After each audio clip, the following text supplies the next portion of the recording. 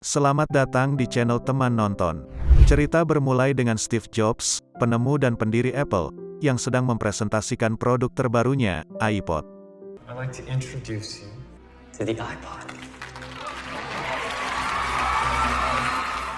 Cerita kemudian kembali ke masa lalu di tahun 1974, ketika Steve sedang belajar bidang seni dan bidang komputer di sekolahnya. Namun, ia kemudian keluar dari sekolahnya, karena ingin mencari pengalaman yang ia tidak bisa dapatkan di sekolah.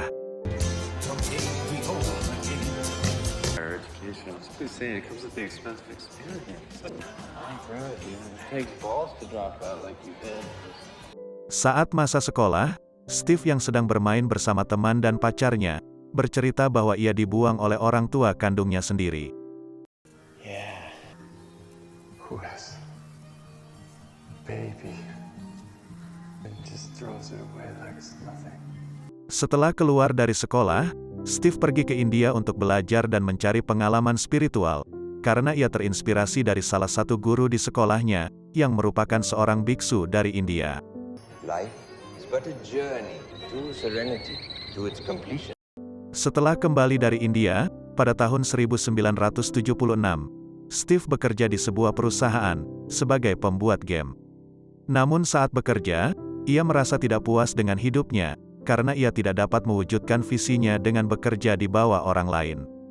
Saat Steve sedang bermain ke rumah temannya yang bernama Woz, ia melihat board komputer yang sedang dirancang oleh Woz. Melihat itu, Steve terkagum karena board itu sangat canggih dan efisien. Steve kemudian bermimpi untuk mendirikan perusahaan bernama Apple Computer, bersama dengan Woz. Apple.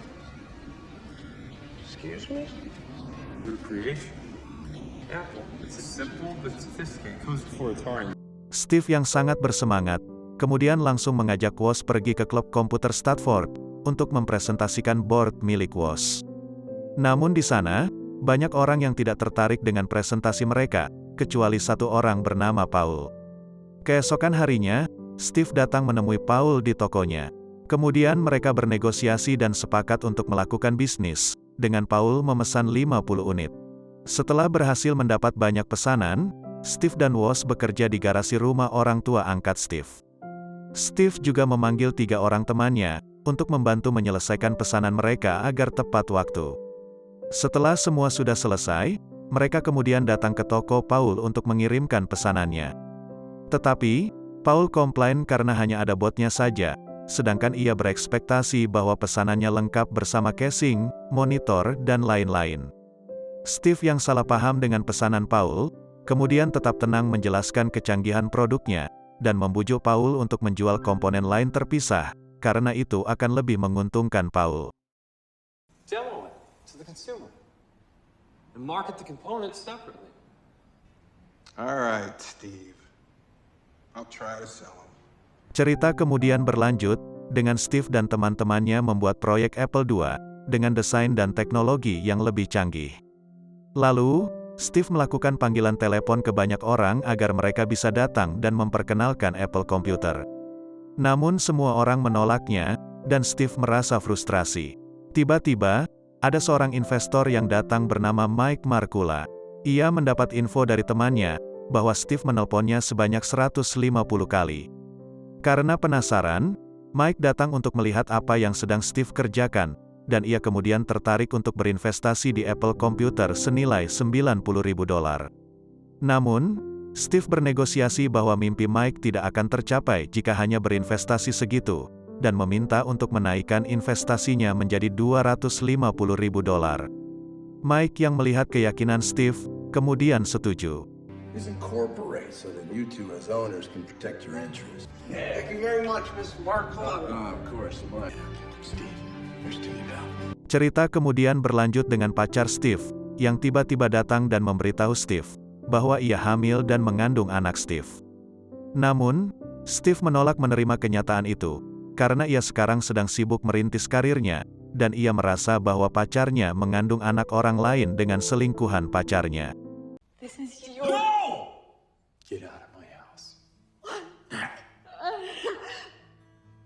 Cerita kemudian berlanjut di tahun 1977, dengan Steve yang telah berhasil membuat Apple II, dan memperkenalkannya di pameran komputer San Francisco. So I am proud to introduce to you and the world, in the hands and homes of people just like you and me, Apple II. Kemudian di tahun 1980, Steve telah berhasil mendirikan perusahaan Apple besar di California. Di sana, Steve sedang kerja keras membuat proyek bernama Lisa. Namun, ia diberhentikan oleh para direksi karena terlalu boros. It's my project, and they're taking it away from me? You're letting them take it away from me. Bullshit, Steve. You know that's not true. Steve yang kecewa dengan para direksi, kemudian dipindahkan ke proyek lain yang bernama Macintosh. Saat mengerjakan proyek Macintosh, Steve diam-diam menambah anggaran, dan mulai merekrut orang-orang ahli untuk bergabung ke dalam proyeknya. Setelah proyek Macintosh selesai, Steve kemudian mempresentasikannya, dan para direksi menaruh harapan yang besar dengan Macintosh untuk dapat memajukan Apple. Namun, proyek Macintosh kemudian gagal dan tidak terjual banyak, karena perusahaan komputer lain yang bernama Microsoft telah diam-diam mencuri idenya, dan para direksi Apple juga menjual Macintosh terlalu mahal, karena ingin untung terlalu besar. You raised our price. You're stripping me of my resources and dumping millions into the Apple. Setelah rugi banyak, para direksi akhirnya memutuskan untuk memecat Steve dari jabatan direktur utama Apple. I was in favor of John Scully.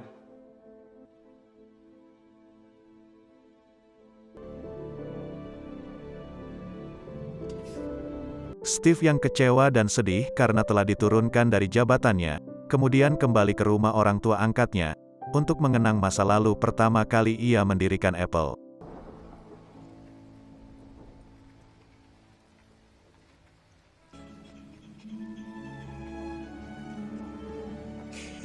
Cerita kemudian berlanjut, dengan bertahun-tahun perusahaan Apple berjalan tanpa Steve, dan terus mengalami kerugian.